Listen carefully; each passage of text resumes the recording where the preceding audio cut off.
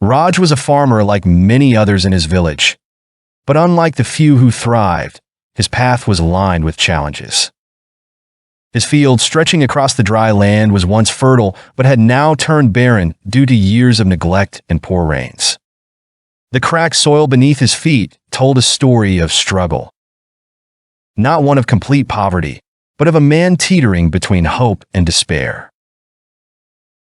He had inherited this land from his father, and it carried the weight of generations of farming traditions.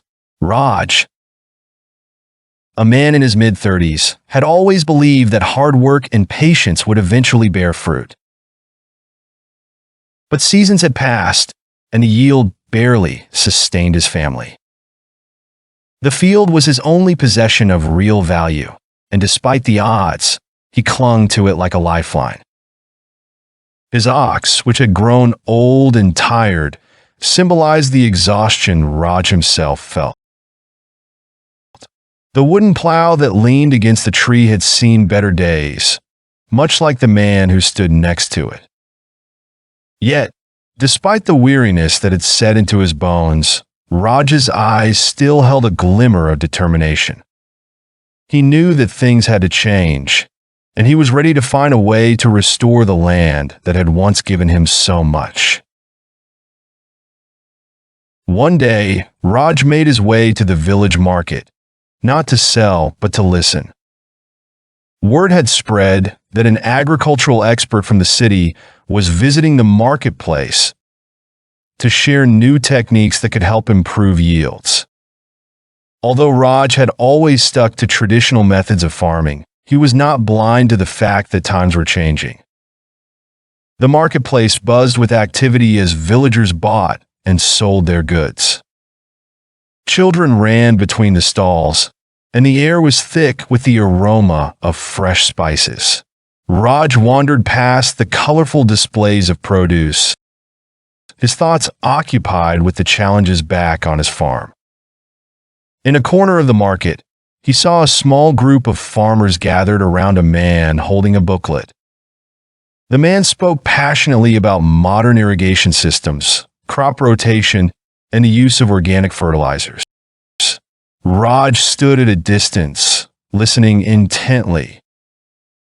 He had heard of these methods, but had never thought of applying them to his own land. As he watched the expert explain how small changes could lead to big improvements, a seed of hope began to grow in his heart. The next step was clear to Raj. If he wanted his land to flourish again, he had to adapt. Raj returned to his field with renewed energy. He had gathered all the information he could and was ready to try something different. Using the savings he had, he purchased high-quality seeds and tools to repair his old plow.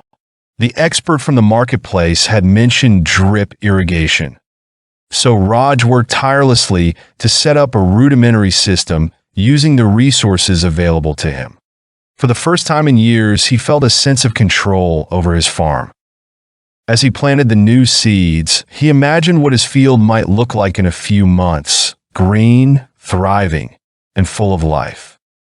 His ox, which had rested for a while, now pulled the plow with a renewed sense of purpose, as if it too understood the significance of this moment. The clouds overhead began to part, allowing rays of sunlight to shine down on the land. Raj wiped the sweat from his brow and looked around. The work was far from over, but this was the start of something new. His efforts were no longer just about survival. They were about transformation. Weeks passed, and Raj's hard work began to show results.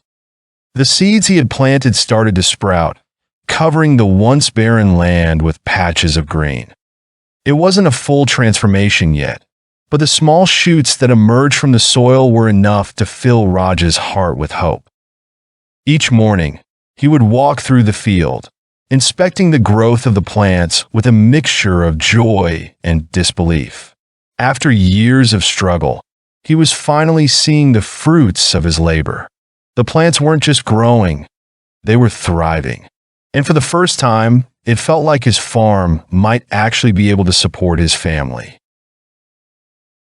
Raj's success did not go unnoticed.